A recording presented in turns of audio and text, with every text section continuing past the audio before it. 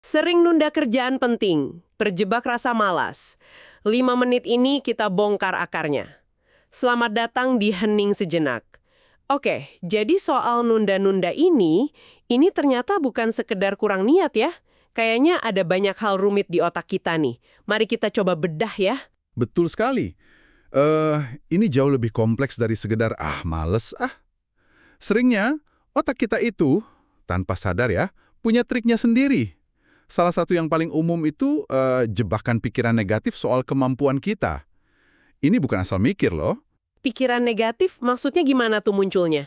Kayak tiba-tiba aja gitu. Nggak juga. Jadi gini, waktu otak kita lagi nggak fokus ke tugas spesifik, ya kayak lagi ngelamun lah istilahnya, default mode gitu.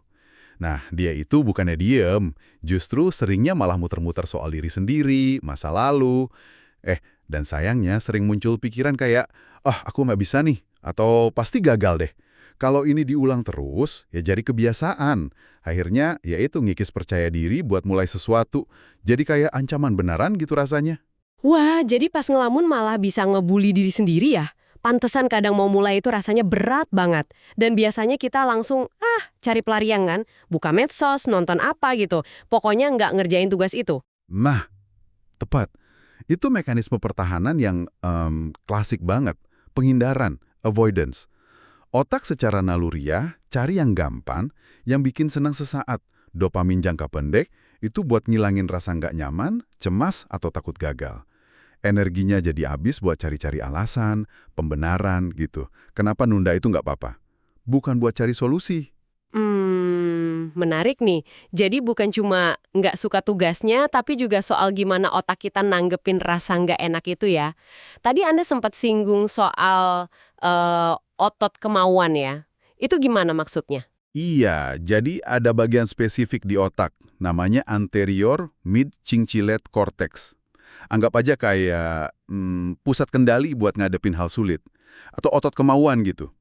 Yang seru nih, dari riset ya, bagian ini tuh beneran bisa menguat loh secara fisik kalau kita sadar maksain diri ngelakuin sesuatu yang sebenarnya nggak pengen kita lakuin, yang susah atau nggak nyaman. Sebaliknya kalau kita terus-terusan nyerah sama godaan buat menghindar, ya otot ini bisa melemah, kayak jarang dipakai gitu. Oh, jadi kayak otot beneran ya. Kalau nggak dilatih ya lembek. Nah, sekarang kan distraksi di mana-mana ya. Apalagi dari HP. Ini pasti bikin tambah parah dong. Banget, sangat memperparah. Tiap notif, tiap godaan buat scroll bentar, itu kesempatan buat otak milih jalan gampang. Jalan yang ya nyenengin sesaat itu. Fokus kita jadi gampang banget dibajak.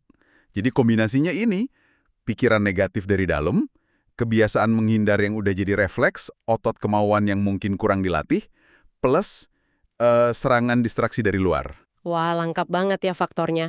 Belum lagi kalau nggak ada deadline yang jelas gitu, rasanya kayak nggak penting-penting amat. Betul, rasa nggak mendesak itu jadi alasan lain. Kadang ada juga keyakinan di bawah sadar kalau kita tuh nggak pantas dapat hasil bagus atau sukses. Ini lebih dalam lagi, sabotasi diri. Dan sering banget prokrastinasi itu ya cuma program kebiasaan lama aja yang jalan otomatis. Nunda tanpa mikir, karena ya udah biasa gitu. Oke. Jadi, kita udah lihat nih beberapa biang kerok di balik nunda-nunda. Pikiran negatif pas otak lagi santai, terus mekanisme menghindar sama cari pembenaran, otot kemauan yang lemah, banjir distraksi, nggak ada rasa urgensi, sampai sabotase diri dan kebiasaan otomatis. Terus apa artinya ini semua buat Anda yang lagi dengerin? Gimana caranya mulai keluar dari lingkaran ini? Kunci pertamanya, ini penting banget, kesadaran diri. Coba deh, kenali dulu, pola mana sih yang paling sering nahan Anda? Apa lebih sering karena takut gagal?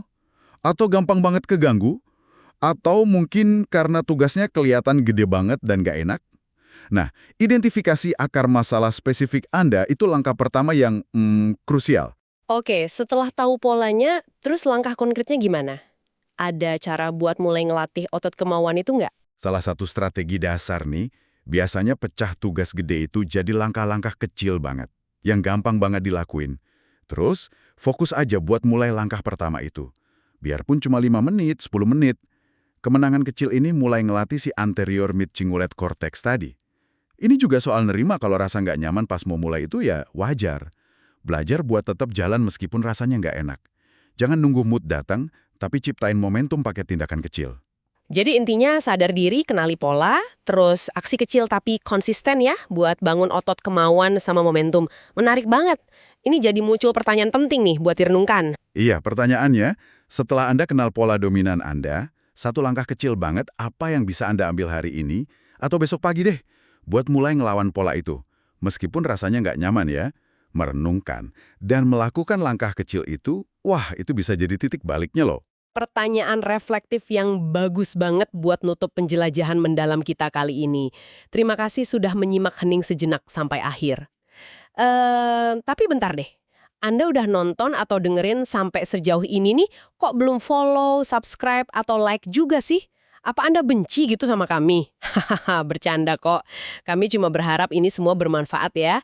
Sampai jumpa di penjelajahan berikutnya.